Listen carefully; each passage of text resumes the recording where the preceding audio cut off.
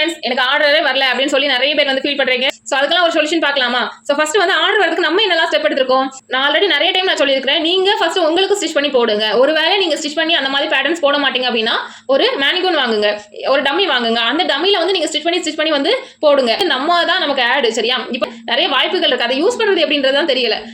Social media நிறைய இருக்கு, நிறைய பேர் வீட்டில் சோசியல் மீடியா அலௌட் இல்லை அப்படின்றீங்க. சோசியல் மீடியா அலௌட் இல்லை அப்படின்னா அதுக்கேற்ற மாதிரி தான் நமக்கும் வந்து ஆர்டர்ஸ் வந்து கம்மியாக தான் வரும். நம்ம எந்த அளவுக்கு நம்மளோட பிசினஸ் வந்து விளம்பரப்படுத்துறோம்னு நினைக்கிறோமோ அதுக்கேற்ற மாதிரி பாசிட்டிவும் இருக்கும் நெகட்டிவும் இருக்கும். எல்லாத்தையுமே நம்ம ஃபேஸ் பண்றதுக்கு ஃபர்ஸ்ட் நமக்கு தைரியம் வேணும் சரியா. முக்கியமா நீங்க ஸ்டிச் பண்றதை கண்டிப்பா ஒரு ஸ்டேட்டஸா போடுங்க. உங்ககிட்ட ஒரு 10 பேர் தான் இருக்காங்க, இதை யார் பார்க்க போறா அப்படின்னா ஒண்ணுமே பிரச்சனை இல்லை. அந்த 10 பேர்ல யாராவது ஒருத்தர் கூட உங்களுக்கு ஆர்டர்ஸ் கொடுக்க வரலாம்.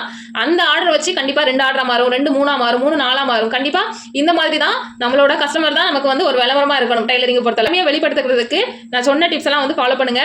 அண்ட் இதெல்லாம் நான் விளம்பரப்படுத்திட்டேன் ஆனாலும் வந்து ஆர்டர்ஸ் வரல அப்படின்றவங்களுக்கு நான் அடுத்த சார்ட்ஸ்ல சொல்றேன். ஸோ கண்டினியூ பண்ணுங்க. தேங்க்யூ.